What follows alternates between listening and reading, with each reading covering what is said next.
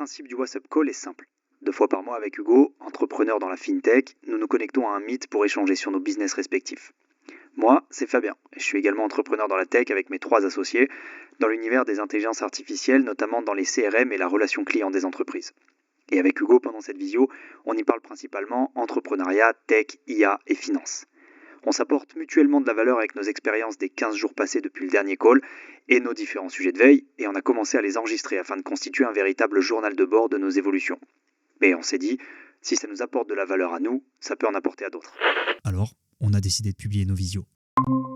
C'est parti, plein écran. Nickel. Bon, et je t'ai pas demandé comment ça allait. Peut-être commencer Eh ben, par ça va là. très bien. C'est quoi la Ça va grande très nouveauté? bien. Le soleil.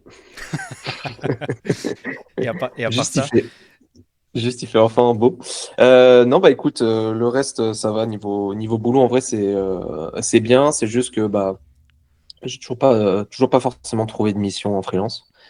Trouver de boulot à côté parce que c'est vrai que bah, la levée de fonds, ça prend un peu de temps. Pour ce Watt, ça prend un peu de temps. On sent qu'on galère un petit peu à forcément avoir des réponses. Mais après, c'est vachement intéressant parce que là, on est en train de voir avec s'il n'y a pas une femme qui peut nous rejoindre sur le projet.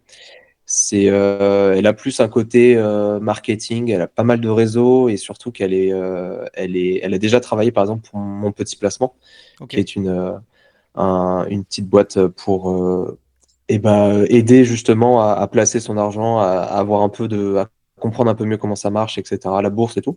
Et en fait, elle a travaillé pour eux et elle a notamment aidé, je crois, Lydia pour sa levée de fonds, pour leur levée de fonds, des levées de fonds qu'ils avaient fait. Donc c'est une meuf qui a quand même beaucoup d'expérience et qui pourrait vraiment pas mal nous aider. Et c'est vrai du coup, on essaie de voir si elle peut nous rejoindre d'une manière ou d'une autre sur le projet. Alors c'est plus pour se dire que tant qu'on n'a pas levé de fonds, elle nous rejoint pas réellement sur le projet, mais elle nous aide à faire une levée de fonds. Et c'est si on arrive à lever justement à lever de l'argent, à trouver du financement, bah là on l'intègre dans les parts, on l'intègre vraiment en tant qu'associé, etc. Elle, ça lui permet de voir un petit peu plus, ça lui plaît bien de faire comme ça. Et en même temps, bah, nous, ça nous permet, tu vois, de pas passer du temps sur le côté administratif et tout en ce moment, quoi. Donc c'est plus, on va dire, on se check, on se serre la main et puis on voit si on avance ensemble pour le moment, tu vois. C'est pas encore fait, mais ça nous ferait vraiment du bien avec Raphaël, mon associé, parce qu'en vrai, bah, on voit bien que le problème aussi, c'est quand même ouais, d'acquérir l'utilisateur quand on va vraiment en avoir besoin. Et là, on a dépassé les 800 utilisateurs, les 800 Ok. inscriptions sur SWAT. Donc, vachement content. Donc, franchement, en vrai, on a eu une bonne, tu vois, on a vraiment des nouveaux utilisateurs tous les jours. Donc, on est vraiment content. Ça avance assez bien. Et puis voilà. Non, franchement, pour le moment, assez content. C'est juste que bah, la partie levée de fonds prend un peu de temps. Et, euh, et on voit ce qu'on va.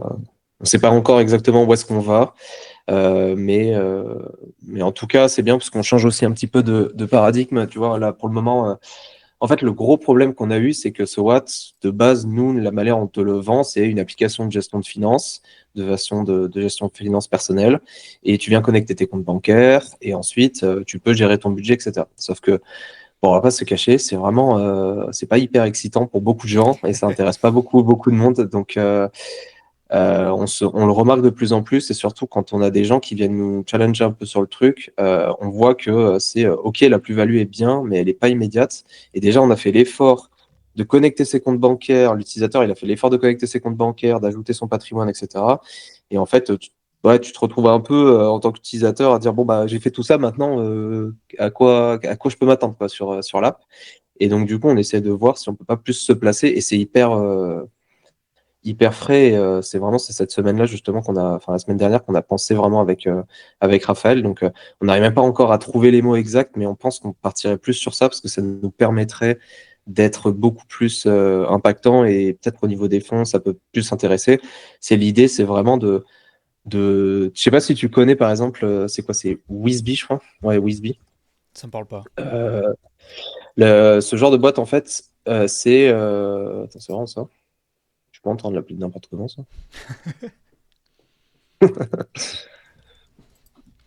Wizbee, j'arrive pas à le trouver. Hop. Comment tu l'écris? Avec Eh deux ben, i. ah oui, Wizbee. Ouais, avec deux i à la fin. Ouais. En Et fait, service utile. c'est une app. Wizbee Money, je pense. Si tu tapes Wizbee Money, Ah, c'est peut-être plus, tu trouveras plus facilement. En fait, c'est une app qui te permet tu t'inscris sur l'app, tu rentres tes infos, c'est plus pour auprès des étudiants ou des jeunes. Tu rentres ta situation, tu rentres tes comptes bancaires, etc. Et en fait, ça va te dire quelles sont les aides sociales auxquelles tu peux prétendre. Et du coup, ça t'aide justement à vraiment trouver les, euh, les aides, etc. Et franchement, bah, ça marche bien parce qu'en fait, c'est si jamais ils arrivent à te faire avoir des aides, bah, du coup, ils récupèrent une petite commission. Toi, tu n'as rien fait parce que globalement, tu as juste rentré ton profil utilisateur, ton profil financier. Et derrière, bah, tu as directement tout de disponible et on te dit exactement quoi aller chercher, tu vois. Et des apps comme ça, il y en a de plus en plus qui justement font un peu la passerelle entre bah, l'utilisateur qui a la flemme de base hmm. de réellement aller chercher les aides à droite à gauche, il sait pas où est-ce qu'il doit aller, il sait pas qu'est-ce qu'il doit faire. Et en même temps, par contre, ce qu'il aimerait bien, bah, justement, commencer un peu à avoir les aides qu'il lui faut. Et bah, pour ce Watt, on voit un peu la même chose pour la partie finance, c'est-à-dire que tu viens connecter tes comptes, tu viens dire bah moi j'ai un projet épargne en ce moment ou j'ai un projet je voudrais mettre mon argent quelque part, j'ai un projet retraite, j'ai un projet truc machin, mais tu sais pas forcément à qui tu dois réellement parler, à quel expert en fait banquier tu dois réellement parler. Et donc bah si tu rentres tout sur ce Watt, nous on va pouvoir aller chercher la bonne personne pour toi qui sera intéressé par te proposer bah, telle ou telle offre si tu les rejoins dans leur banque, etc. Et ou bah, si tu ouvres un PER ou si tu ouvres un emprunt ou quoi que ce soit, bah là, du coup, ça peut être intéressant pour toi, en fait, parce que tu te retrouves vraiment à toi avoir rentré tout ça. Nous, on s'occupe d'aller chercher la bonne personne le bon expert avec qui tu pourrais discuter. Et c'est souvent des gens qui sont parfois même pas. Tu vois, on est plus dans le conseiller de gestion de Hmm. patrimoine, justement, où tu as besoin de. Tu n'oses pas forcément aller voir ces genres de gens, tu sais pas exactement ce que tu dois avoir. Bah, c'est plus. Toi, tu rentres ton profil et c'est eux qui viennent te voir et qui te disent bah, est-ce que ça t'intéresse ce genre de choses, etc. Donc, tu viens sur ce Watt en sachant que tu vas avoir ce genre de proposition un peu commerciale. Mais par contre, toi, tu n'as rien à faire. Tu n'as pas besoin de te déplacer, d'aller en banque ou quoi que ce soit.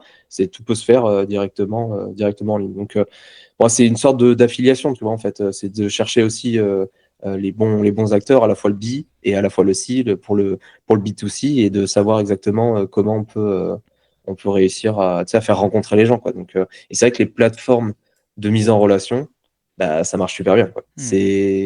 C'est des trucs qui fonctionnent depuis très longtemps et tu as plein d'apps qui fonctionnent comme ça et t'as pas forcément encore une app qui te permet de faire ce genre de choses en France. Et du coup, bah, on voit si on peut pas aller dans cette direction-là qui parlerait plus à l'utilisateur, je pense, et qui serait tu sais, la plus-value, elle est directe. Ouais, en fait, c'est assez smart parce que c'est l'un. En fait, c'est pas vraiment un pivot là, ce dont tu me parles, c'est plutôt rajouter une incitation. Ouais, Parce que l'incitation première que vous avez aujourd'hui, qui est je vais t'aider à mieux visualiser ton patrimoine et donc à mieux le gérer, ce qui effectivement est plutôt une promesse long terme. ouais, c'est ça. C'est un peu le problème, c'est-à-dire qu'il faut Et qui d'abord, demande beaucoup d'efforts à et qui l'utilisateur, demande quoi. beaucoup Et ça, d'efforts. tu perds des gens en faisant ça. Là, tu pourrais avoir une promesse très court terme. Et moi, ce que je trouve intéressant, ce que tu dis, c'est que aujourd'hui, la mise en relation dans ce genre de truc, hein, que ce soit gestion de patrimoine ou que ce soit, je crois qu'on le connaît tous, les fameux panneaux solaires, EDF, ils nous appellent 10 fois par jour, etc. Et, C'est jamais eux, mais et en fait, ouais, c'est jamais eux. Mais en fait, aujourd'hui, l'affiliation, elle se fait comme ça. La relation, elle se fait comme ça. Elle se ouais. fait via de la Mm. téléprospection. Ça saoule tout le monde. Et en fait, ça saoule tout le monde déjà parce que c'est des appels random. Genre, c'est pas profilé. Ouais, Moi, le nombre de c'est fois ça. où on a essayé de me vendre un forfait téléphonique alors qu'en fait c'est la boîte qui paye le forfait téléphonique, donc en fait je suis pas qualifié par rapport à eux. Et je pense que ce modèle, il mérite, ça soulagerait tout le monde. Le modèle, il mérite d'évoluer parce que aujourd'hui, qu'est-ce qu'ils font? Ils font appel à des call centers bien souvent au Maghreb qui ont 10 000 personnes à appeler. Ils appellent tout le monde, c'est pas qualifié. Et donc, à la Mm. fin, est-ce que Est-ce que ça vous intéresse du panneau solaire? C'est pour les propriétaires pour les primo-accédants par exemple, puis en fait ils appellent des locataires, donc en fait ils cassent la tête Ouais. à tout le monde. Et là du coup ce que Mm. tu dis c'est que la promesse c'est que en fait je vais mieux connaître, je vais comment dire, mieux te connaître, donc je vais mieux te conseiller. Mais en fait ça revient à faire cette téléprospection, sauf elle sera maîtrisée, qualifiée, et ça je pense Ouais, c'est assez intéressant. c'est C'est ce qu'on cherche à avoir. Ouais, un truc dont je t'ai déjà parlé, c'est HelloWatt. Pour moi, HelloWatt, c'est ouais, voilà. un modèle Mm. qui se rapproche pas J'avais mal beaucoup pensé à ça, ouais. de ce que vous pouvez faire. Et dernièrement, j'ai fait un test avec HelloWatt parce que bah, forcément, ils connaissent, ils ont 2 ans de mes données énergétiques, gaz et lec. Mm. Et en fait, à un moment dans le parcours de l'application, c'est assez intelligent parce que ils te disent est-ce que tu veux te comparer à d'autres? Et ça, on adore ça, tu vois. Mm. On adore savoir si notre maison elle est énergivore, on adore savoir si on se fait douiller en termes de facture d'élec et tout. Et donc l'excuse c'est bah, dites-nous en un peu plus sur votre maison, sur votre foyer.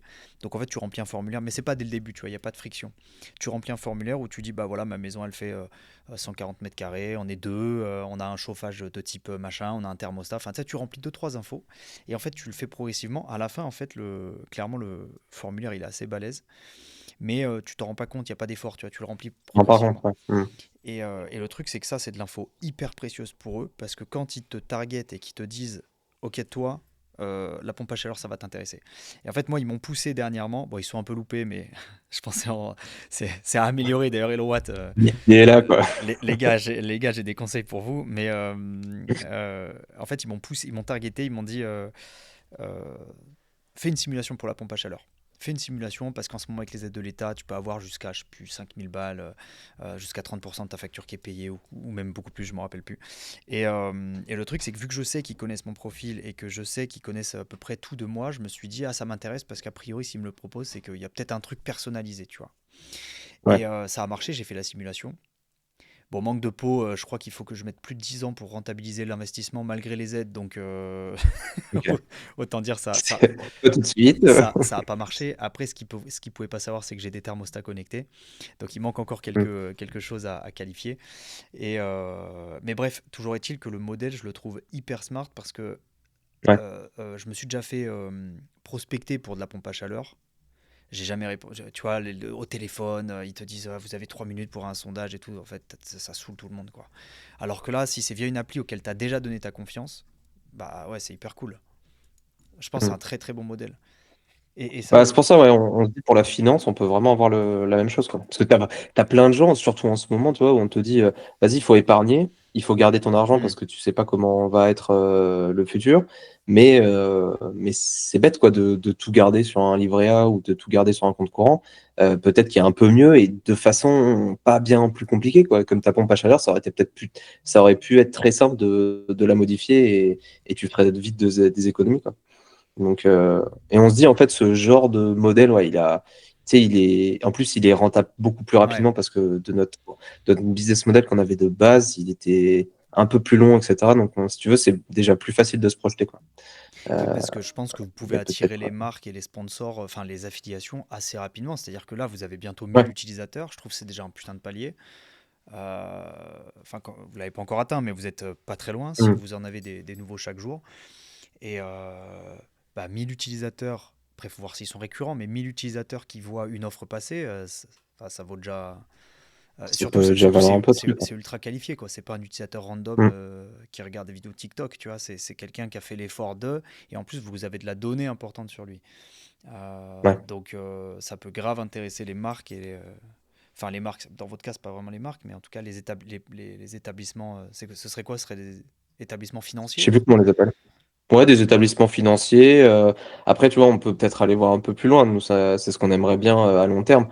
Par exemple, tu t'es capable de dire, bah, j'épargne sur ce livret pour un projet vélo Ouais. et t'as, Ah oui. et t'as des, tu vois, t'as vraiment des boutiques qui viennent te voir, des marques qui te disent, bah, on vous propose un vélo. Parce que bon, bah, quand tu parles d'un vélo à 3 000 à 4 000 euros, c'est limite une petite voiture, voire une voiture d'occasion maintenant. Grave. Bah, du coup, c'est vrai que ça peut commencer à être, si tu veux, un projet qui peut vraiment intéresser des, un- d'intéresser à avoir quelqu'un qui est prêt à te prospecter, quoi, tu vois, et qui peut Ouais. dire, bah non, venez plutôt nous voir, nous, en tant que vendeur de vélo, plutôt que Decathlon ou quoi que ce soit, quoi. Parce que bah, tu parles quand même d'une certaine somme.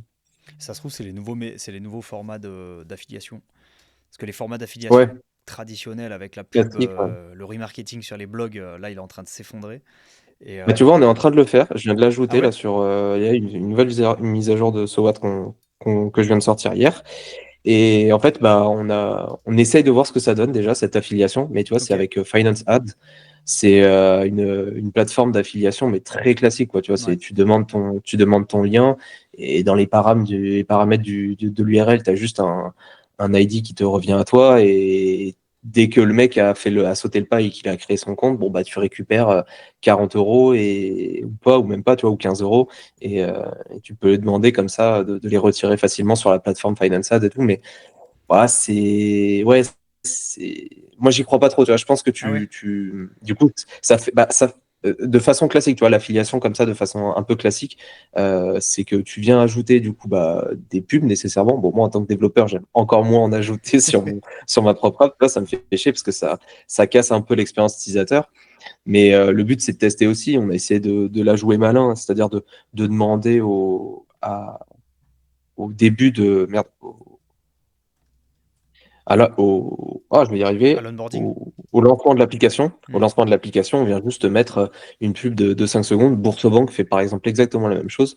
Quand j'ouvre l'app pour checker mes comptes, bah, c'est exactement ça qu'ils te font. Ils te mettent une pub. Bon, une pub à eux parce qu'ils vont pas mettre un concurrent. Mais globalement, c'est exactement la même chose. Et bon, bah, le truc se passe vite. Tu vois, ça dure moins de 5 secondes et tu peux cliquer. Un peu comme sur un jeu aussi où tu dois attendre entre deux games de pouvoir passer la pub. Donc globalement, on veut tester ça, mais après, je trouve que ça casse toujours un peu l'expérience utilisateur.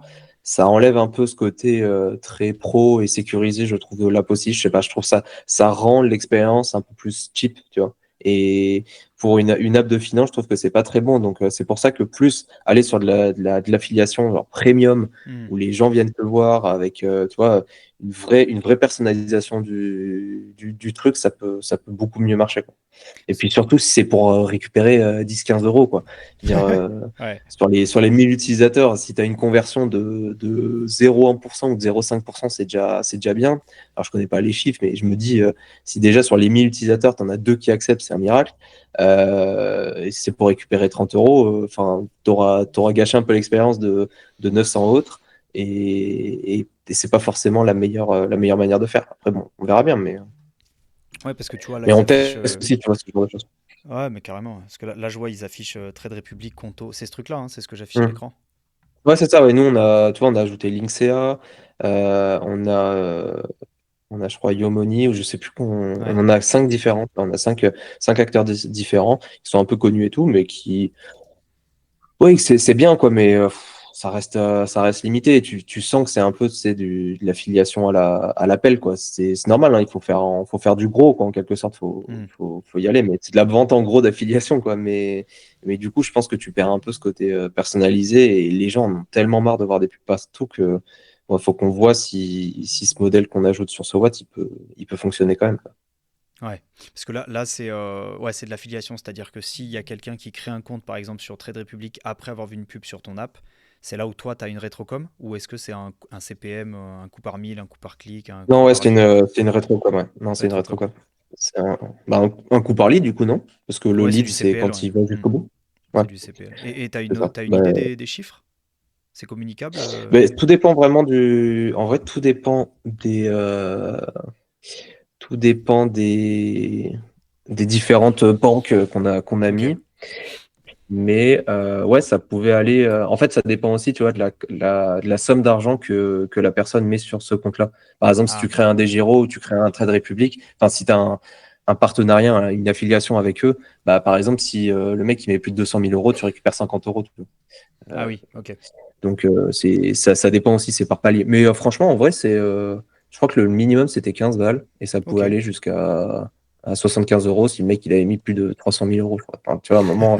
Faut viser C'est bien les. aussi, mais enfin, genre d'aller trouver le mec qui met Ouais. 300 000 euros Et qui clique. après avoir cliqué sur un vieux lien, ouais, tu vois, enfin, genre, Peut-être ça fonctionne, hein, mais bon, Finances doit prendre aussi sa commission, c'est Ouais. normal, mais c'est vrai que tu te dis, bon, je sais pas, faut voir ce que ça donne. Ouais, le CPL moyen sur ce genre de truc, c'est 30 balles, ouais. Donc Ouais, là, ouais, entre 15 et 60 balles, on est là-dedans, hein. On est là-dedans. mm, Ouais, faut aller c'est cibler ça. les mecs qui ont un peu de pognon, puis tu les bourrines de pubs Ouais. toutes les 2 minutes. Vas-y, clique. Clic, ouais, c'est ça. Ben, le problème, c'est que c'est. Bon, après, moi, je le dis à Raphaël, moi, j'ai vraiment le point de vue d'un utilisateur, le point de Ouais, vue d'un dev. Ça me fait chier d'avoir créé une app, d'avoir créé une expérience utilisateur pour la flinguer un peu comme tu ça. m'étonnes. Mais je comprends totalement. Il faut trouver le bon juste milieu. Faut pas non plus travailler gratuitement tout le temps. Faut être capable aussi de trouver le bon compromis. Nous, on a proposé une app gratuite, c'est notre but. Il faut que ça reste gratuit. Après, il faut pas non plus que ce soit totalement en contrepartie parce qu'on a mis des pubs. Il faut juste trouver ouais, la bonne balance, quoi. Ah, je trouve ça Bon, on va la trouver. extrêmement compliqué dans le business des pubs. C'est assez souvent que dans le business des applis, pardon, c'est assez souvent enfin, aujourd'hui les applis gratos ça existe quasiment plus, ou alors c'est de la grosse merde. Ouais. Voilà, c'est les trucs faits, genre c'est des projets étudiants quoi. Et, Ouais. ce que je trouve compliqué, c'est que les gens ne comprennent pas. Après, c'est logique, c'est pas leur métier, mais les gens ne comprennent pas que c'est impossible de faire une app de qualité gratuite. C'est impossible. Ouais. Et assez souvent, je sais plus, la dernière fois, je testais une appli. Je crois que ça s'appelle Stepin. Tu sais, c'est l'appli dont je t'ai déjà parlé où ça te bloque tes réseaux sociaux. Ouais. Et tu dois marcher pour débloquer du temps de réseau Pour, social, pour y accéder. du temps de C'est sûr, ouais. scroll. Et en fait, cette app, elle, effectivement, alors je sais, j'ai pas creusé, mais elle est gratuite et il n'y a pas de pub. Et par hasard, un jour, je vais sur les stores, je regarde un peu les notes et je vois, il y a beaucoup de gens qui disent euh, enfin une appli sans pub, parce qu'il y en a plein d'autres hein, qui font ça, mais souvent il y a de la pub. Et il y a beaucoup de commentaires qui disaient enfin une app gratuite où il n'y a pas de pub. C'est extrêmement rare de nos jours. Bravo aux développeurs. Enfin, et en fait, tu te dis, bah ouais, mais ces mecs-là, en fait, ils bossent gratos. Tu vois, tu peux pas participer à. Genre, les mêmes personnes qui Mm. commandent ça, jamais elles bosseraient gratuite une minute, tu vois, donc gratuitement une Non, minute. ouais, Donc, c'est ça, ouais. et en fait, pour eux, je pense que vu que Internet c'est nébuleux et que l'appli mobile c'est nébuleux, ils se disent que bah, ça doit être gratuit, que tout doit être gratuit, que les sites web doivent être gratuits, que tous les services sur Mm. Internet doivent être gratuits. Je pense que voilà, dans les années aussi 90-2000, il y avait beaucoup d'Internet gratuit parce que c'était un autre Ah, mode c'est de pas la même. fonctionnement, c'était pas un business. Mm. Et du coup, je trouve qu'il y a un gros effort à faire pour faire comprendre aux gens qu'une app gratuite, c'est pas possible. Et que la gratuité, d'ailleurs, c'est gage. D'ailleurs, il y a un truc dont il faut que je te parle, j'ai vu ça ce week-end. La gratuité, c'est gage de. Enfin, comment dire? Non, c'est l'inverse de gage de qualité. Je sais pas comment dire, mais la gratuité, en fait, c'est. Faut s'en méfier, en gros. Ouais. Et dernièrement, là, je suis tombé sur un épisode, bah, je crois que ça doit être un sans permission ou un truc du genre, avec Oussama Hamar et Mounir, le fondateur Mm. Ah oui, oui. de Finari. La Je Goodmonier elle est passée là. Mm. sais pas si tu l'as vu l'épisode. T'as pas Non, encore vu? Non. j'en ai vu quelques parties, mais Ouais, j'ai des vu un, réels, quoi. j'ai vu un extrait, mais qui m'a fait direct penser à Sowat. C'est Oussama Hamar qui dit, mais comment t'as pricé ton truc? Parce que Mm. moi, au début, pendant longtemps, il disait, moi, voilà, je savais pas que c'était toi derrière, je savais pas que c'était une boîte YC, je savais pas que c'était juste, j'ai été targeté comme il le dit, hein, comme un random customer, tu vois.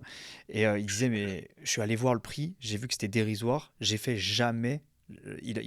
La réflexion qui s'est dit, c'est la boîte, elle va pas tenir. Elle va mettre la clé sous la porte. Donc Bien sûr. jamais je vais mettre mes données bancaires dans une boîte qui, dans 6 mois, m'annonce qu'on met la clé sous la porte, on arrête. Ouais, c'est ça le problème. Ouais. Et il disait, je trouvais ça hyper intéressant comme réflexion. Après, c'est du Oussama Hamar, mais il disait le pricing, il est tellement peu cher que ça m'inspire pas confiance.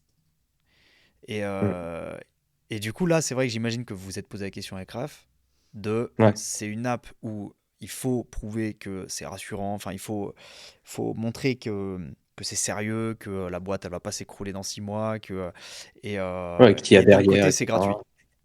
Mm. Et je me rappelle, moi, également, m'être fait cette réflexion avec Bankin, il y a 10 ans, où c'était gratuit. Enfin, en tout cas, moi, j'avais pas pris le truc payant. Mais je sais même pas si à l'époque, Mm. il y avait une version premium. Je suis même pas sûr, au tout début. Et je m'étais fait la réflexion de... bon, après, je suis acculturé au sujet, mais en me disant, il est où le truc, tu vois? Genre, si c'est gratuit, c'est quoi le délire? Soit, Mm. soit ils font n'importe quoi avec mes données, soit en fait le truc il est, je sais pas, je sais pas comment vous intégrez cette réflexion dans SoWhat vis-à-vis du pricing justement. Tu Ouais. disais l'appli, il faut qu'elle soit gratuite, elle reste gratuite. C'est... Bah, on veut qu'elle soit gratuite parce que justement, contrairement à nos concurrents, c'est un peu la seule qui permet d'ajouter autant de comptes bancaires que tu veux. Tu vois, par exemple, Banking, je crois qu'il te bloque à un moment donné pour, tu peux pas rajouter autant de comptes que tu veux, ou c'est Finari, je crois qu'il te propose ça. Enfin, c'est des pricing qui sont légitimes, hein. Mais c'est vrai qu'on voit que, et c'est pour ça aussi qu'on essaie de faire un peu un changement de direction avec cette idée de lead hyper qualifié. C'est parce que, en vrai, on se retrouve à, c'est con ça. Ah merde. C'est que le truc, on se retrouve à avoir des gens qui vraiment sont pas prêts de payer ce genre de choses, mais effectivement d'être capable de montrer une app qui est totalement, tu sais, qui donne confiance, c'est super dur. Et moi, je vois bien, on a à peu près sur les 800 utilisateurs qu'on s'est inscrits, on en a, je crois, entre 400 et 500 qui ont ajouté un compte bancaire, tu vois. Ok. Donc, c'est-à-dire que tu as à peu près plus de la moitié, mais globalement, c'est la moitié, qui a réellement ajouté un compte bancaire. Et c'est vrai que tu remarques, et globalement, enfin, sur l'app, si tu n'ajoutes pas ton compte bancaire, à part ajouter ton patrimoine et c'est de Ouais. façon déclarative, pas grand-chose à faire, quoi. Tout commence et c'est comme Finari, et c'est comme Banking ou quoi que ce soit. L'histoire commence quand tu as commencé à ajouter au moins un compte bancaire, parce que sinon, ça peut pas vraiment t'aider. Tu peux pas l'ajouter à la main, etc. Donc, tu peux pas importer d'un Excel ou quoi que ce soit. Donc c'est vraiment soit tu ajoutes ton compte bancaire, soit tu n'utilises pas la globalement. Et c'est vrai que on voit qu'il y en a beaucoup quand même qui sont pas forcément intéressés par ça. Et je suis curieux de voir justement comment ça va changer avec cette idée d'ajouter des pubs, d'ajouter tu vois de l'affiliation d'une manière ou d'une autre sur l'app parce que bah, moi je sais pas. Après par exemple là pour le moment on s'est dit que tant que t'as pas ajouté un compte, tu n'auras pas d'offre d'affiliation. Ok. Donc, c'est-à-dire qu'au moins, tu as fait l'effort d'ajouter un compte. Donc, du coup, bah, sur les 800 que tu en as, finalement, il n'y en a que 400 ou 500 qui regardent, qui voient une pub au lancement de l'app. Et tu te dis, mais je pense que c'est mieux parce qu'au moins, tu t'embêtes pas les gens avec ça. Tu leur balances pas déjà de la pub ou tu leur demandes pas déjà de faire un effort de ce point de vue-là, alors qu'ils doivent déjà ajouter un compte et qu'ils découvrent déjà l'app.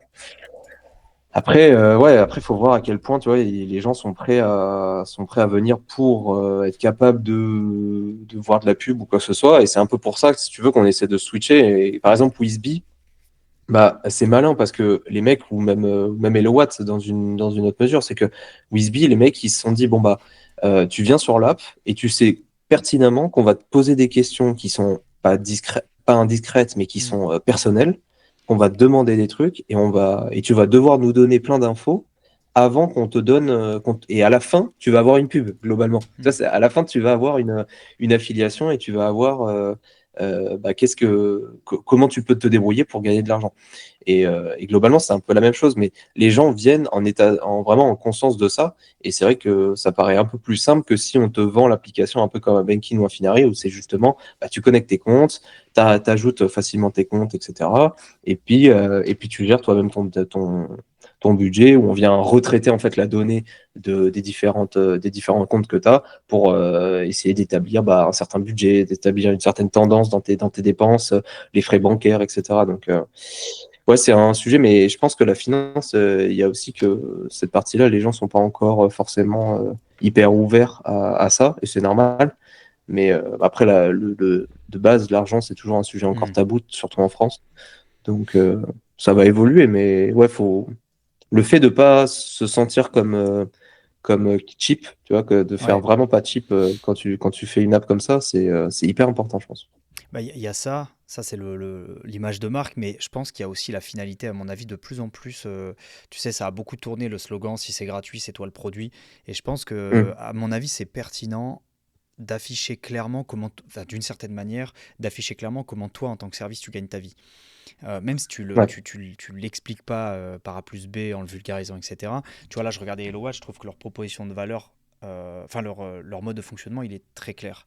Un peu comme les comparateurs, sauf qu'au début, les comparateurs, il jouait un peu sur le côté on est trop gentil, voilà ce qu'on a fait pour vous. Non, en fait, mec, c'est pas juste t'es gentil, c'est juste tu gagnes de l'argent. C'est la réalité. Mmh. Clairement. Et je pense que les gens, ils cherchent de plus en plus, ou en tout cas, ça va être.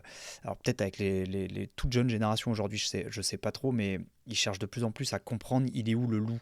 Tu vois, genre, si le service il est Mmh. cool, c'est quoi ton rôle là-dedans? Et je trouve dans les trucs d'énergie, ça a été très obscur pendant un temps où au final, tu avais plein de mecs qui t'appelaient, qui disaient mais il y a des aides, on le fait pour vous et tout, c'est tout gratuit pour vous. Et là, tu te dis mais il y a un mec qui bosse gratuitement pour moi. Pourquoi vous le faites, ouais.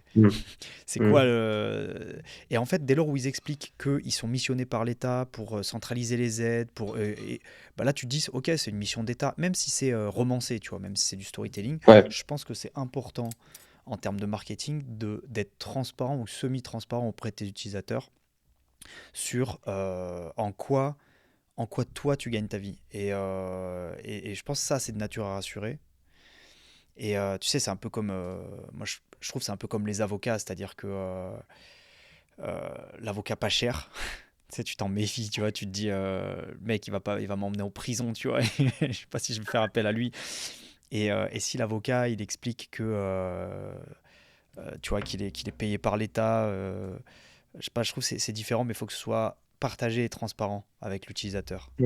Je pense. C'est une réflexion que je me faisais comme ça, mais... Ouais, je comprends, ouais, non, mais c'est clair. Mais je pense aussi le fait d'être gratuit nous amène à avoir déjà une autre population, Ouais. d'autres types de population, et puis d'autres attentes en fait. Et les attentes, elles sont pas forcément moins importantes quand le produit il est gratuit, parce que justement, tu as plus de réticence et tu te dis, ah bah si c'est gratuit, il va falloir que je fasse plus d'efforts ou quoi Mm. que ce soit, parce que tu vois, nous on le voit avec du SAV, parfois on a des gens qui nous demandent des trucs. Moi, je me demande s'ils auraient demandé ça s'ils payaient 30 euros par mois, tu vois. Ouais. Parce qu'en fait, ils ont déjà, si tu veux, cette implication de dépenser de l'argent pour avoir ce service-là, ils en sont déjà, si tu veux, contents, même si évidemment ils attendent peut-être plus quand ils payent. Mais en fait, quand ils payent, ils comprennent la limite Ouais. de ce qu'ils ont acheté. Là où quand c'est gratuit, ils comprennent pas forcément la limite et on sait pas où s'arrête le OK, je peux demander à bah non, en fait, c'est juste ça ne rentre pas dans le produit en lui-même parce que bah, c'est gratuit et ça. Et c'est vrai que nous, parfois, on a du SAV. Moi, je me demande si les gens auraient réellement posé la question s'ils avaient déjà payé 15 euros par mois. Tu vois. Ouais, c'est clair. Donc, t'as pas les mêmes populations, t'as pas Ouais. forcément les mêmes problématiques, quoi, même en termes de SAV. Bah, il y a un rapport qui change. Je trouve qu'il y a un Mm. rapport qui change. Mais c'est vrai que c'est des questions hyper importantes à se poser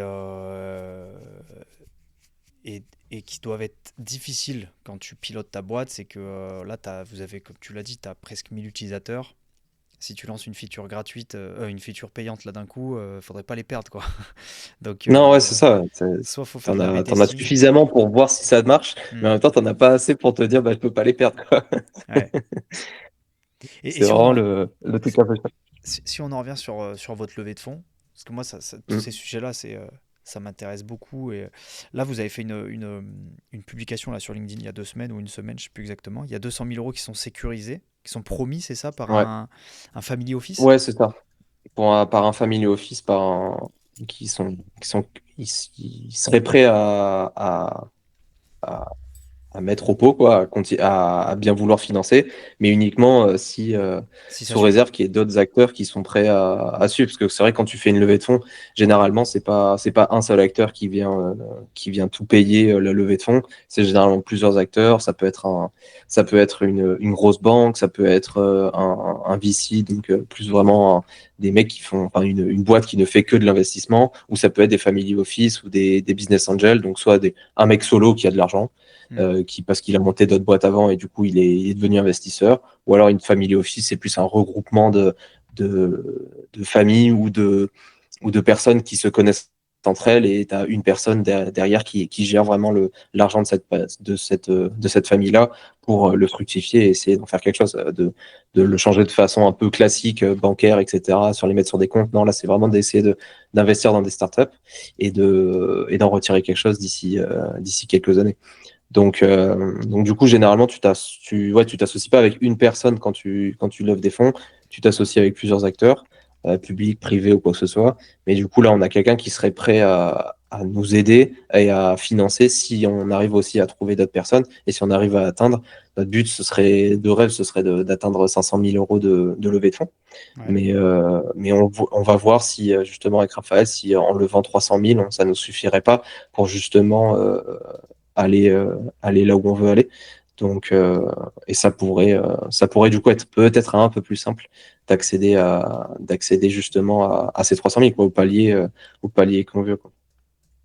Concrètement, c'est Mais quoi un family office?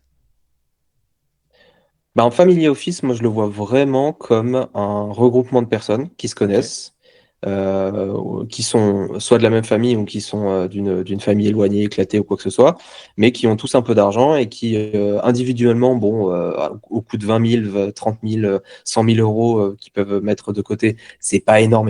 En tout cas, ça permet pas de faire un effet de levier, mais que globalement tous réunis, la famille, ça correspond à, voilà, individuellement, si on fait la somme, bah, ça va faire plus d'1 million ou 2 millions d'euros, je dis Hmm. n'importe quoi.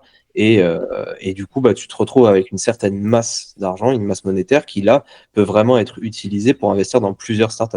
Ok, ouais. Et donc, du coup, tu te retrouves vraiment à avoir quelqu'un qui peut piloter cet argent-là, ce patrimoine pour tous les autres, et qui va, du coup, lui, en tant qu'expert, plutôt investir dans telle ou telle startup. Et les gens du Family Office lui font suffisamment confiance pour accepter les deals où ils peuvent avoir un regard dessus, évidemment, parce que ça reste une partie de leur argent. Mais ouais, le but, c'est d'avoir vraiment un regroupement de personnes qui seraient prêts à investir, quoi. Ok. Est-ce que dans le principe, c'est un peu comme Blast, tu vois, mais en version. Bah ouais, moi je le Ouais, c'est. vois, je le vois clairement comme ça, hein. Ok. Je sais pas comment ils se considèrent, je sais même pas s'ils se considèrent comme un family office, je pense pas. Mais ouais, globalement c'est un peu la même chose. Franchement, c'est juste plusieurs personnes qui sont prêtes à mettre prêtes à mettre des tickets d'entrée. Alors Blas, son vrai coup qui le fait connaître, bon, c'est à la fois Anthony Bourbon, Hmm. mais aussi surtout parce que les tickets d'entrée sont très faibles. Pendant un moment donné, je crois que c'était 10 000 ou 20 000 euros, donc ça reste quand même très très peu pour investir en startup parce que ah bah même à partir de 1 000 euros, Ouais, tiens. c'est 1000 balles maintenant. Euh, 1 000 balles maintenant, c'est vraiment pas grand-chose, quoi, Ouais, parce j'avoue. que dès que tu as un tout petit peu d'épargne, si tu as envie d'investir dans des startups, tu peux limite le mettre. Donc, ouais, je sais pas s'ils se considèrent comme une famille office, je pense pas. C'est un Ok. fonds, peut-être Ouais, c'est un un peu peu un fonds différent. classique. Vu les montants, je pense que c'est pas la même chose, quoi. Ouais. Ouais, je sais pas trop comment ça marche. Je comprends le fonctionnement, mais juridiquement derrière la structure, tu vois, je sais pas trop comment ça marche. Et je crois qu'il crée une holding à chaque Ah nouvelle, ouais? Oh putain. ouais, je crois.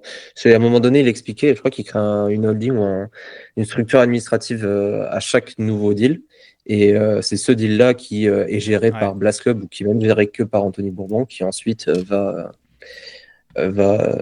faire partie, va être associé de la boîte, quoi. Va obtenir les fonds, quoi. Bon, Enfin, après, les parts de la boîte. ce qu'on dit souvent, c'est que c'est les premiers à convaincre qui sont les plus durs. Ouais, Tu le c'est sens ça. comment pour les 60% qui restent là pour votre levée de fonds? Ouais, je sais pas, bah.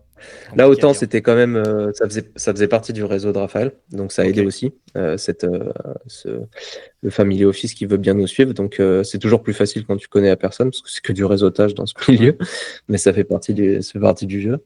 Et je sais pas. Bah, en vrai, on ne sait pas exactement encore, parce que c'est vrai que ça va, ça vient. Tu as des gens qui sont intéressés. Déjà, nous, on avait essayé de lever des fonds il y a quoi? Il y a moins d'un an maintenant, en été 2024. Sauf qu'on levait des fonds sur des slides, on le voyait bien. Ouais. Et c'est vrai que et c'était trop compliqué. Du coup, les fonds classiques nous disaient, bah, revenez nous voir quand vous avez entre 500 et 1000 utilisateurs. Bon, bah, on y est. Bon, ils nous font peut-être pas plus confiance et ils nous répondent pas forcément plus parce qu'ils attendent du coup maintenant qu'on en ait 10 000. Mais ça fait partie du jeu et ouais, je pense que les fonds classiques d'investissement, je sais pas. Après, moi, je suis pas. C'est surtout Raphaël qui s'en occupe, donc je suis moins bien placé. Moi, j'ai l'impression que ça va être beaucoup plus compliqué des fonds plus classiques qu'on pourrait voir des VC, etc. Mais par contre, des business angels où vraiment, si on arrive à convaincre une personne, euh, ça peut être plus facile. Ouais. Mais à voir, Je vois. à voir, à Ok. voir. Ok. Bon, on suivra ça au fil des épisodes. Ouais. Su- Et toi, Et, comment ça et, va? et dernière question par rapport à la levée de fonds, parce que Ah, c'est souvent des questions. Ouais, oui. pardon, après j'arrête Ouais, de te pardon. saouler avec ça. Ah non, mais moi ça me va. Non, mais Euh, c'était pour discuter un peu aussi, hein. parce que la partie Family Office, du coup, en échange, il y a une dilution de parts ou. Ouais, il y a forcément un deal. Ouais, Eux, oui, eux, oui, ils y gagnent quelque chose. il n'y a pas, il y a pas forcément de meilleure manière de s'associer. Enfin, c'est pas tu choisis un business angel, c'est trop bien, ou un family office, c'est trop bien parce qu'il prend pas de part de ta boîte. Si, il en prend aussi, c'est comme ça qu'il Ah se bah oui. rémunère. Mais non, c'est franchement, à part le financement public qui justement te permet, si par exemple tu as 100 000 euros, tu peux demander des subventions à hauteur de 100 000 euros. Ça te permet, si tu veux, de doubler un petit peu ta mise, de doubler un petit peu Hmm.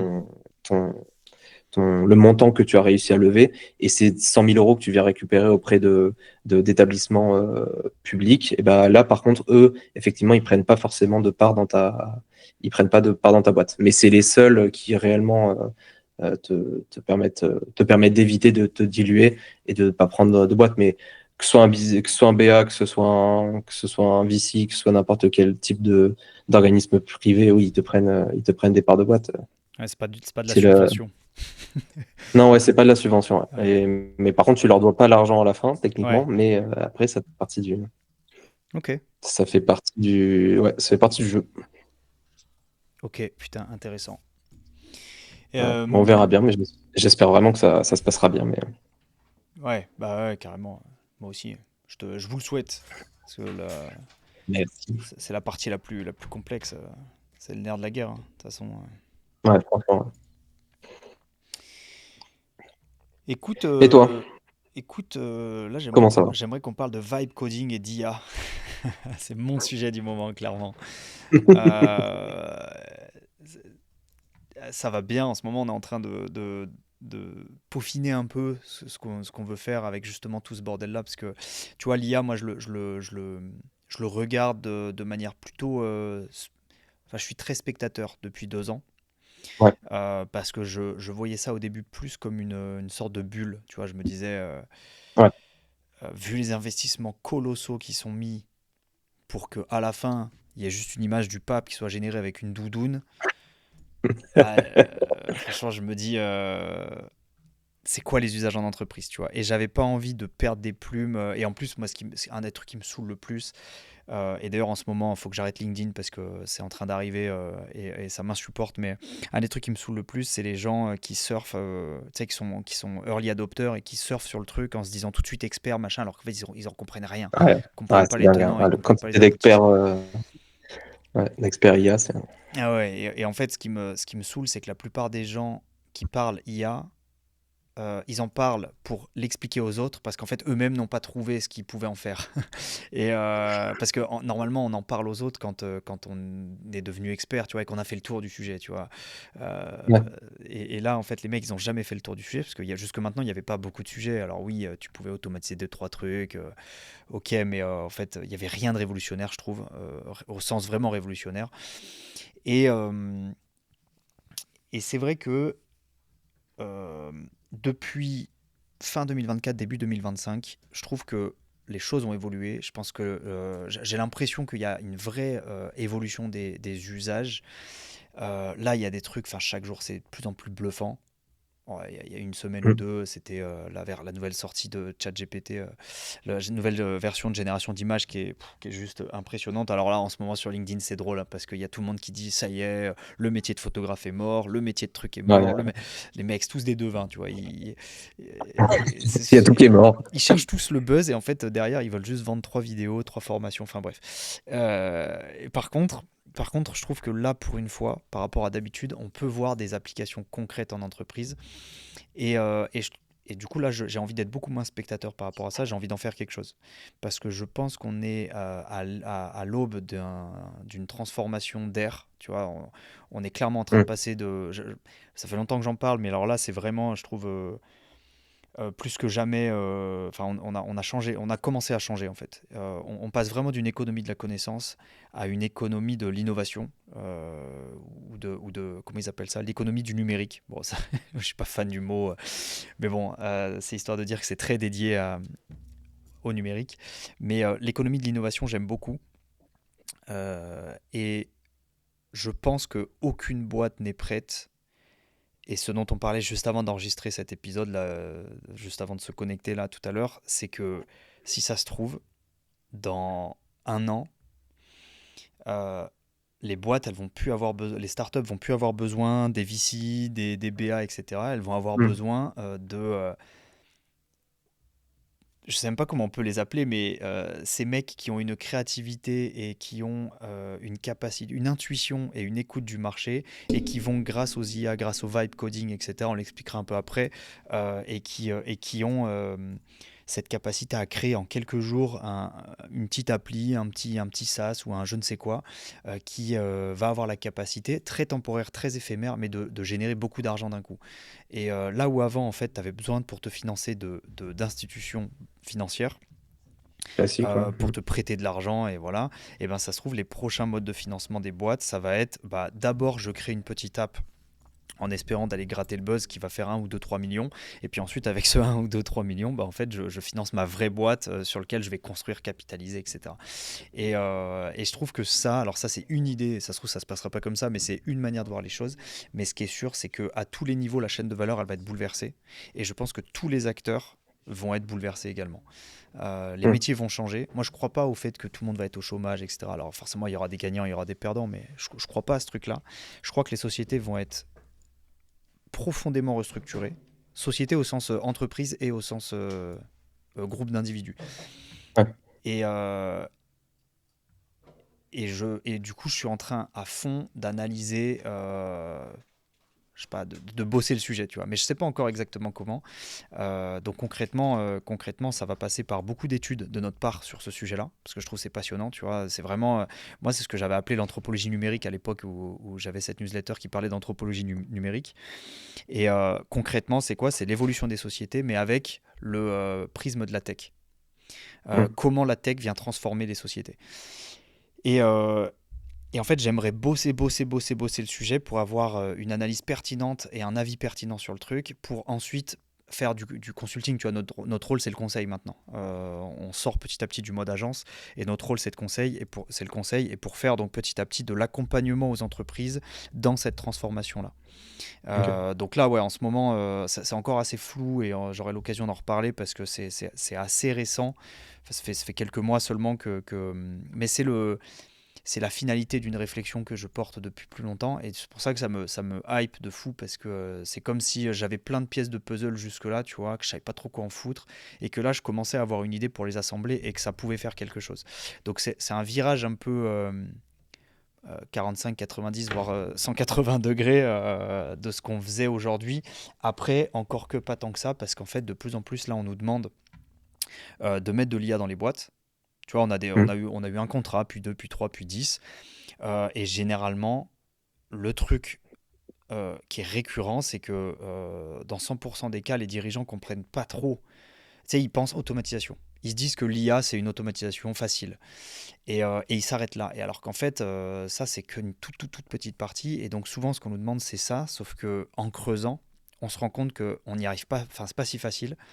Parce qu'il faut d'abord que l'entreprise soit structurée pour intégrer de l'IA. Autour de ça, ouais. Voilà. Mm. Et parce que c'est pas le tout, mais on peut mettre de l'IA dans une boîte, mais si au final la boîte elle a pas de données, ou que les seules données qu'elle a elles sont pas du tout structurées, il y en a de partout, c'est des appels téléphoniques à droite, c'est des, bah en fait ça marche pas, on peut pas, ou alors ça va nécessiter de la double saisie, de la norme de données, euh, donc au final ça marchera pas.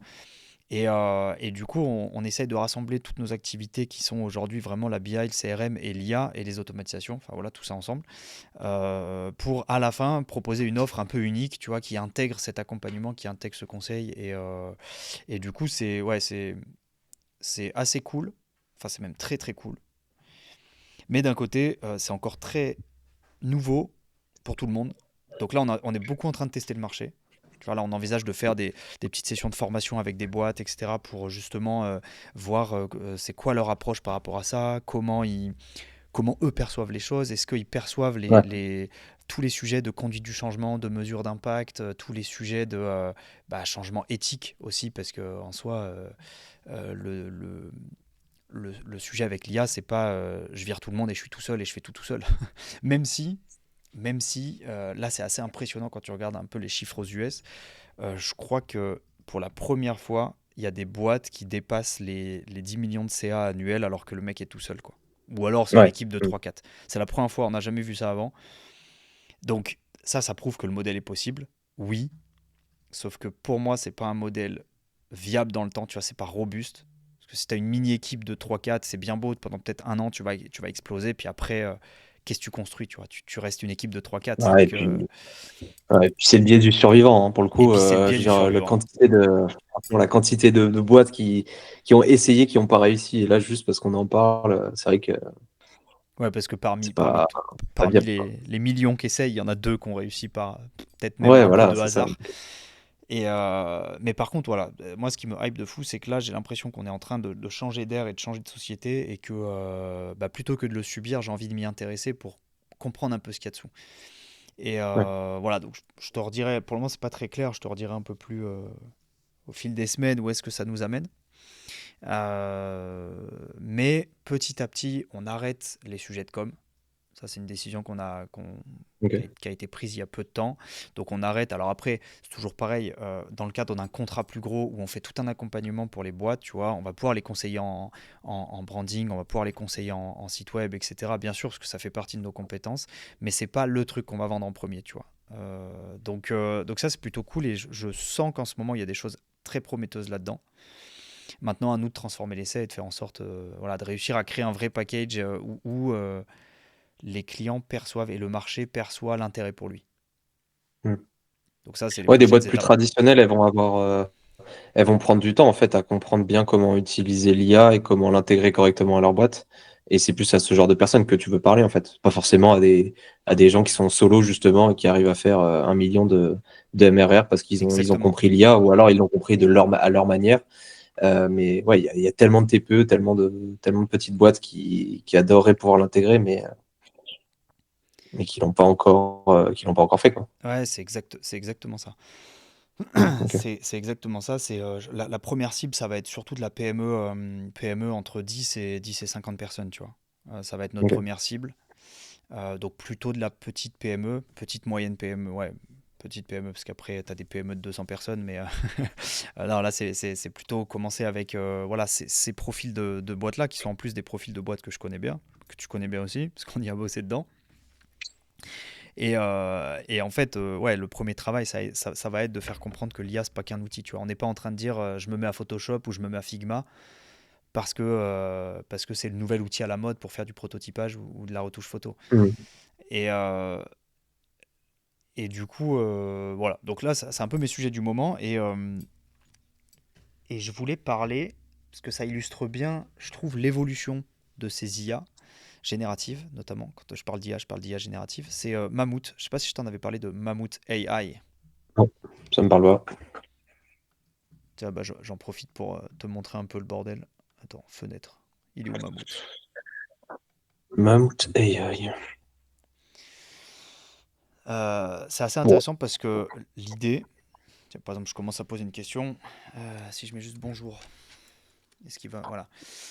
Ce qui est intéressant, c'est que tu payes un seul abonnement, ça coûte 10 balles par mois. Et en fait, ils intègrent. Alors, tu as des crédits à chaque fois, tu vois, tu as des quotas. Mais les quotas, ils sont larges, larges hauts. Et en fait, en un seul abonnement, tu as accès à tout ça. Ok.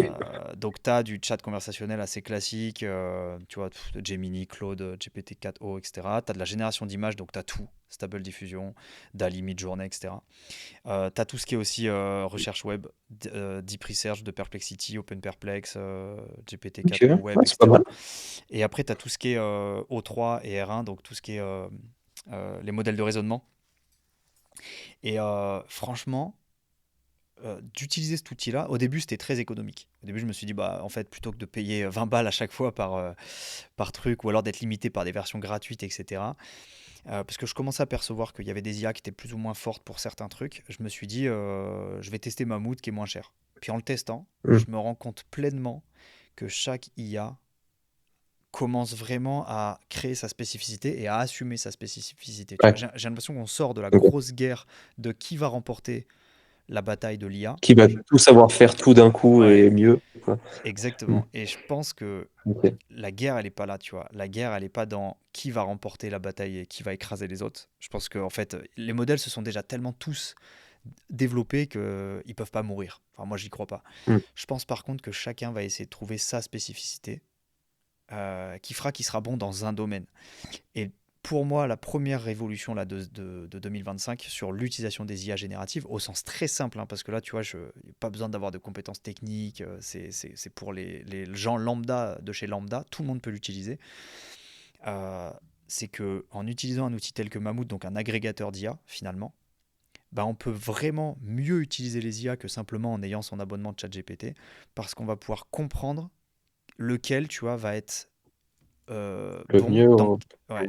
Et je pense déjà que ça va devenir une vraie compétence, tu vois, de savoir, parce que c'est souvent qu'on me pose la question, Ouais.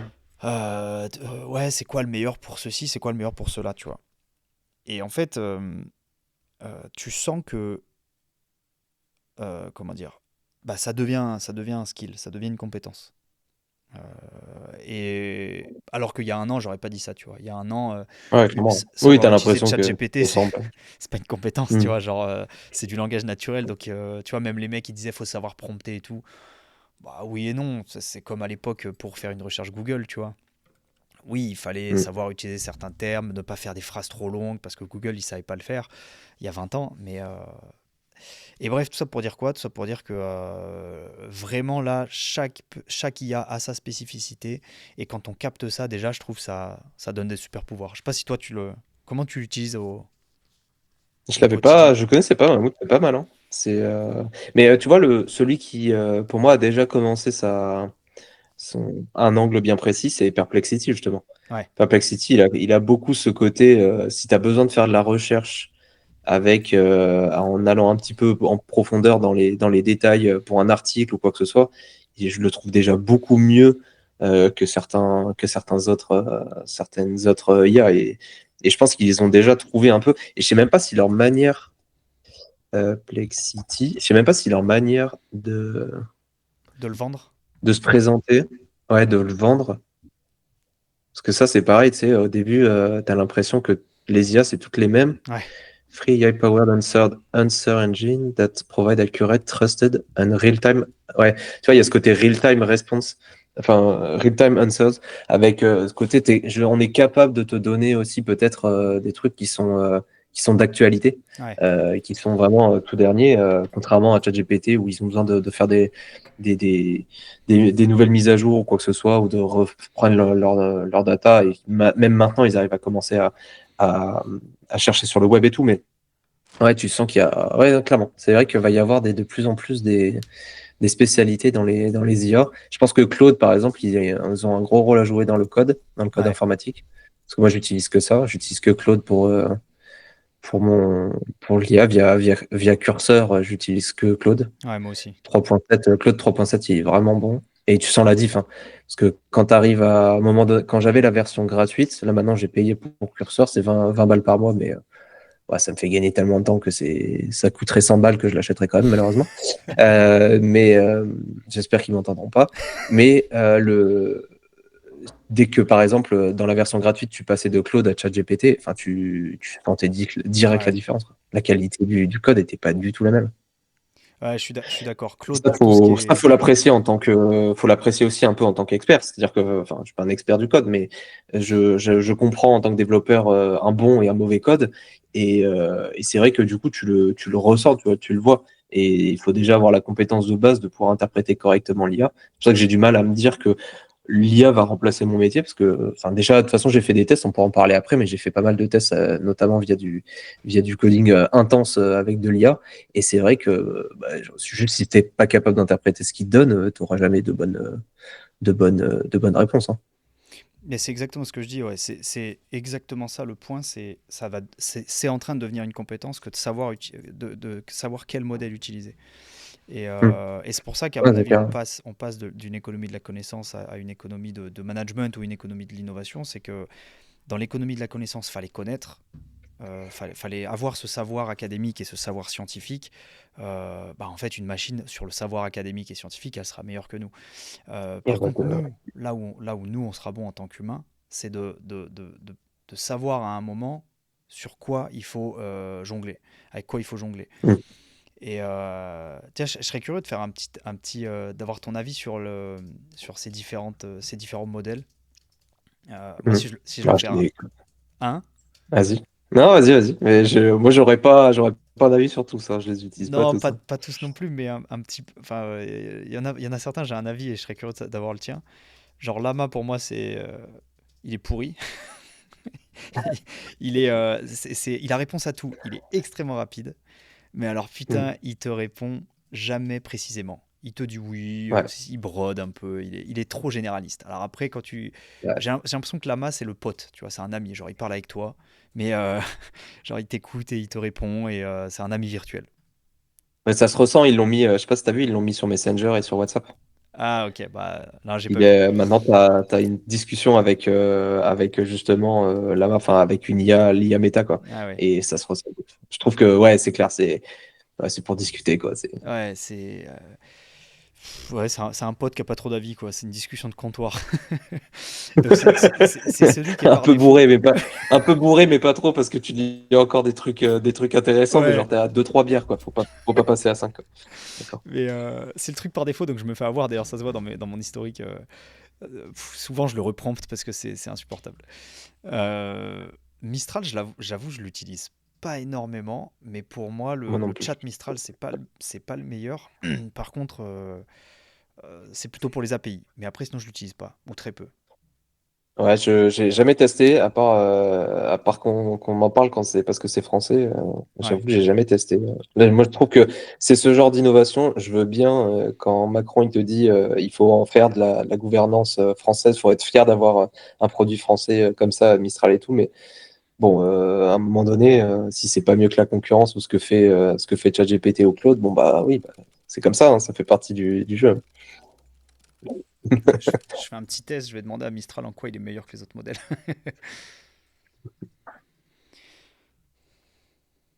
Ouais, comme les autres, quoi. La polyvalence. D'accord. Ok, polyvalence, interaction naturelle, personnalisation, accessibilité. Interaction naturelle en mettant des majuscules à chaque mot, quoi. Hmm. Ouais, fiabilité, sécurité, peut-être. Tu vois, faudrait que je creuse. Ouais, je sais pas. Ah, merde, putain. Hop là. DeepSeek, pour moi, il est hyper intéressant parce qu'il est très synthétique. Moi, je l'aime beaucoup, DeepSeek. Il est très, très synthétique. Ok. Et il est. Alors, des fois, il hallucine, un peu comme ChatGPT. Mais pour moi, les deux là, ils sont assez équivalents en termes d'usage. D'ailleurs, souvent, je switch entre l'un et l'autre pour comparer un peu. Et je Ok. trouve qu'ils se complètent bien. Je trouve que DeepSeek est moins gênant que GPT. ChatGPT, des fois, il croit trop t'es son Bah, pote et en fait, moi, ChatGPT, le gros problème. Pardon, excuse-moi, je t'ai coupé. Non, non, vas-y, vas-y. J'avais pas entendu. Non, moi, je trouve ChatGPT, le gros problème, c'est que vraiment, tu vois qu'il y a des biais idéologiques derrière, quoi. Je trouve que ça se Ah ressent ouais? sur certaines questions. Et ouais, du coup, ça biaise un petit peu le truc, quoi. Il y a vraiment, pour moi, il y a vraiment des certains sujets. Quand tu parles voilà, quand tu demandes, par exemple, deviens un professeur en économie et explique-moi tel ou tel truc, moi, j'utilise pas mal pour SOAT, justement, pour faire mes articles, pour comprendre un peu mieux.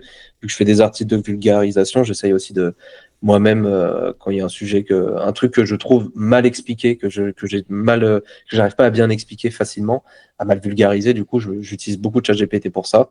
Hmm. Mais si c'est des trucs qui sont un peu trop près, tu vois, de la sociologie ou des trucs comme ça, moi, j'irai pas dedans parce que je trouve qu'il y a trop de biais, un peu trop de biais idéologiques dedans, quoi.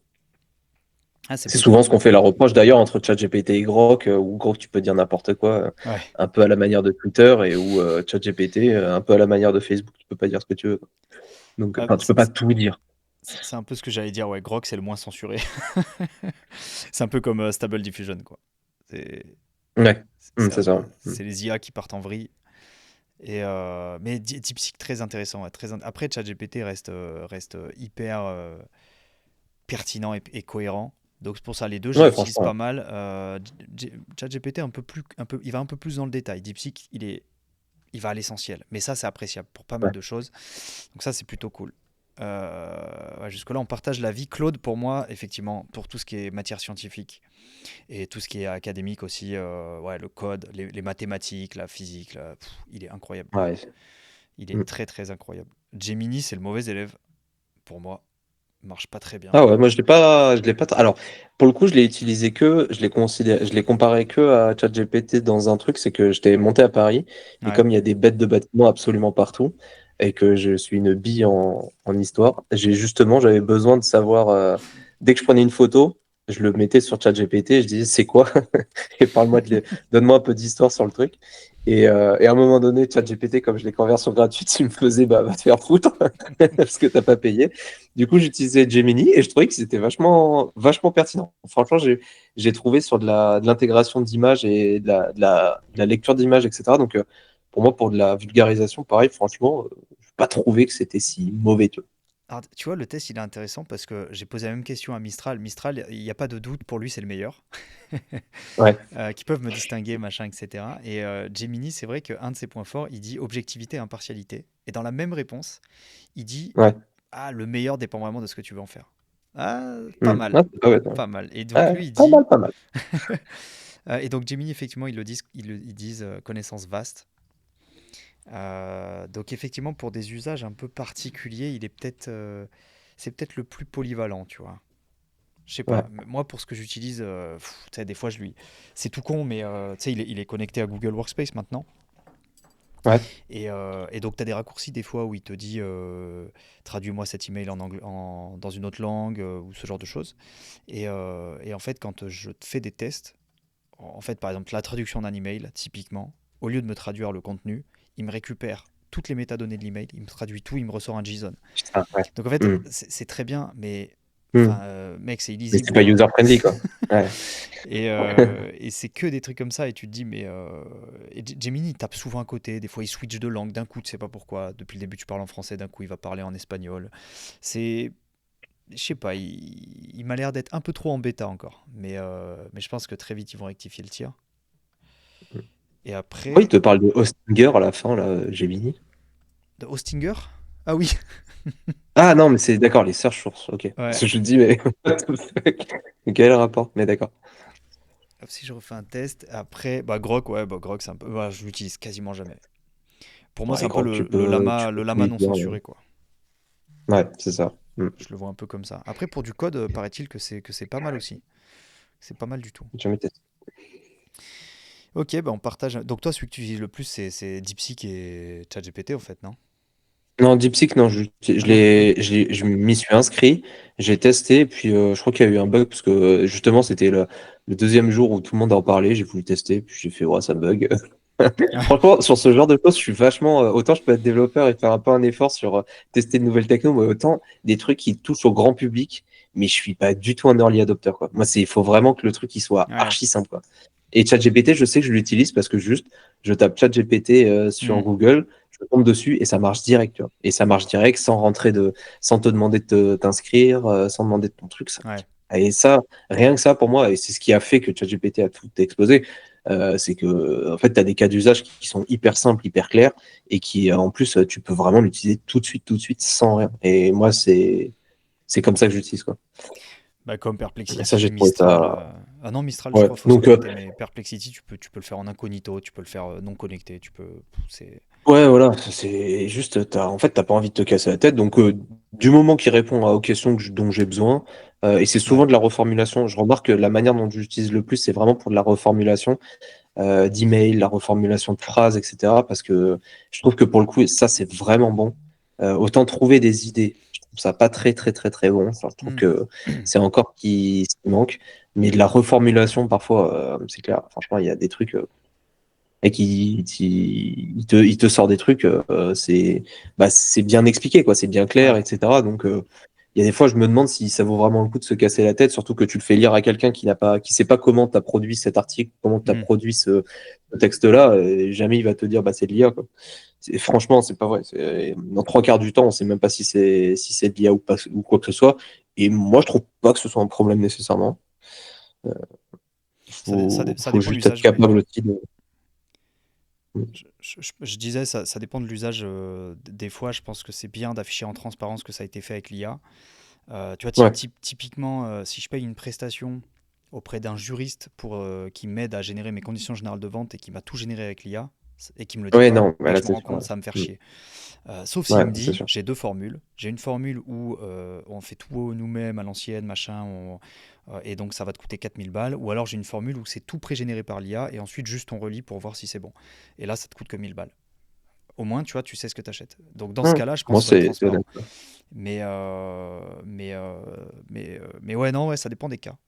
Mais par contre, d'une manière générale, je suis entièrement d'accord. L'idéation, l'originalité, la créativité et l'innovation dans la créativité, dans la création, putain, il n'y a aucune IA qui m'a impressionné. À part dans la génération Mm. d'images, là c'est autre chose, mais dans la génération d'idées originales, après par définition c'est antinomique, mais je trouve tout est gênant, tout le temps, je trouve. Ouais, c'est pas naturel. Surtout quand c'est du texte, ChatGPT, il commence à te mettre des emojis, et tu fais, bah oui, bah, on a compris que c'était une IA, quoi, tu vois. Ouais, genre, fais semblant, tu sais. T'as Ouais, limite envie de lui ajouter au niveau du prompt, fais semblant d'être une IA, tu sais. parce qu'il y a trop d'emojis, ça prendrait trop de temps en tant qu'humain. Ah, l'emoji fusée, j'en peux plus. Et c'est pour ça, je pense que le rôle qu'on a à prendre, il est conjoint, c'est-à-dire que l'IA, elle va être nulle pour être créative, je pense. Par contre, Mm. nous, on a intérêt en tant qu'humain à développer cette créativité. Et d'un côté, je pense qu'on va avoir la capacité de le faire parce que là où avant, on était, bah, tu vois, on perdait du temps à générer des comptes rendus, à faire des mails et des trucs comme ça. Si tout ça, on le file à l'IA, on va avoir du temps pour être créatif. Et je crois que c'est Oussama Hamar, deux fois que je le cite dans la même heure, qui, pareil, lors d'un Il dit pas que épisode, des conneries, hein, non, franchement. non, il y a des choses.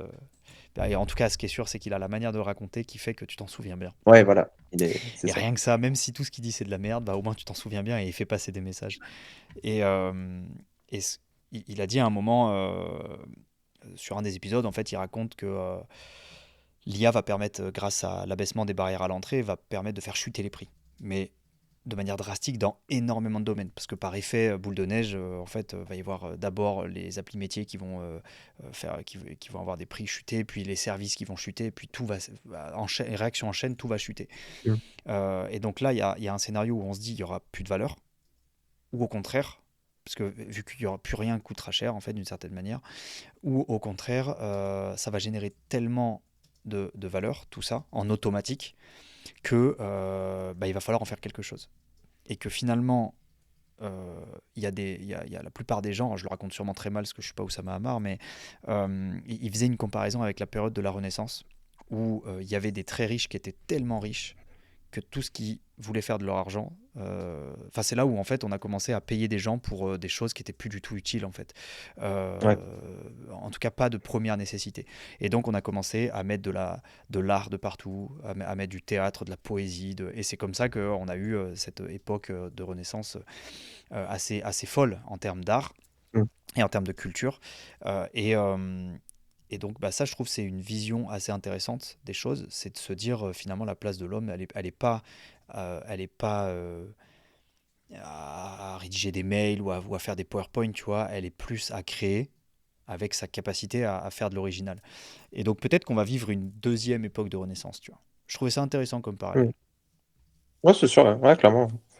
Bon, après, l'abaissement des prix, j'en sais rien parce que moi, je me dis juste, si en tant qu'entreprise, si tu arrives juste à réduire tes coûts, tu vas pas forcément baisser les prix, quoi. Enfin, à moins que tous tes concurrents et tout le monde le fasse, tous tes concurrents le fassent. Bon, je veux bien peut-être, mais toi, ça te permet juste de faire, de Plus de minimiser marge. tes coûts et de faire plus de marge. Donc, Ouais, mais in fine, il y a bon, toujours il y a toujours une chose dans toute époque, il y a toujours les mauvais qui n'ont pas d'autre choix que de baisser les prix, vu qu'ils sont mauvais, tu vois. Ceux-là, ils ont toujours existé, ils existeront toujours.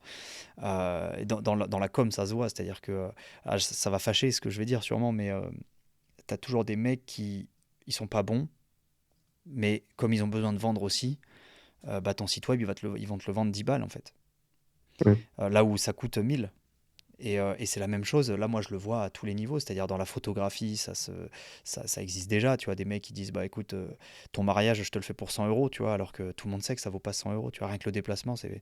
Mais t'as toujours des mecs, voilà, ils ont faim et ils sont nuls et du coup bah ils savent pas se vendre et donc, et je pense qu'à terme, tu auras toujours ces mecs-là qui vont faire baisser les prix Ouais, c'est sûr. et qui vont miser sur le volume et sur le fait que c'est pas grave, j'ai peu de marge, mais c'est pas grave. Et donc à la fin, peut-être dans 5 ans, 10 ans, tu vois, mais ça va baisser. Ouais, quoi qu'il arrive, tu baisses tes prix, quoi. Ouais, inexorablement, je pense que ça va baisser. Tant qu'il y a la possibilité de le faire, déjà là aujourd'hui, moi je comprends pas, sans la possibilité de le faire, ils arrivent à le faire. Alors, quand ils auront la possibilité donc, c'est pour ça, je pense qu'il y aura un déplacement, mais l'avenir nous le dira. Mhm. Et putain, ça Ah, fait je déjà une comprends. heure et quart. Ça fait déjà une heure et Ouais, quart j'avoue. et on n'a pas parlé de vibe coding. Donc soit on se Est-ce que tu veux réserve qu'on en parle pour Ouais, la je semaine pensais pro. le réserver pour une autre fois.